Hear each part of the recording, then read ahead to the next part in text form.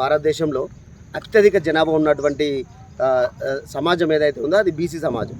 ఈ బీసీ సమాజాన్ని ఆర్థికంగా, రాజకీయంగా, సామాజికంగా ముందడు తీసుకుపోవాలని బీపీ మండల్ కమిషన్ రిజర్వేషన్లను ప్రతిపాదించింది.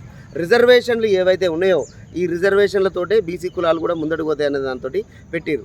ఇవాళ తెలంగాణ రాష్ట్రంలో తీసుకున్నట్టయితే రేవంత్ రెడ్డి కుటుంబ సర్వే ఏదైతే ఇంటింటి సర్వే చేయించిరో ఆ సర్వే ప్రకారం 57.3% బీసీలు ఉన్నట్టుగా వాళ్ళే ప్రభుత్వం అనౌన్స్ చేసింది.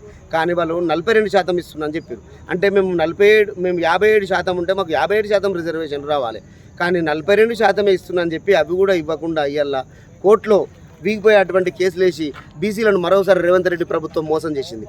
ఖచ్చితంగా మేము ఎంతనో మాకంత రిజర్వేషన్ కావాలి.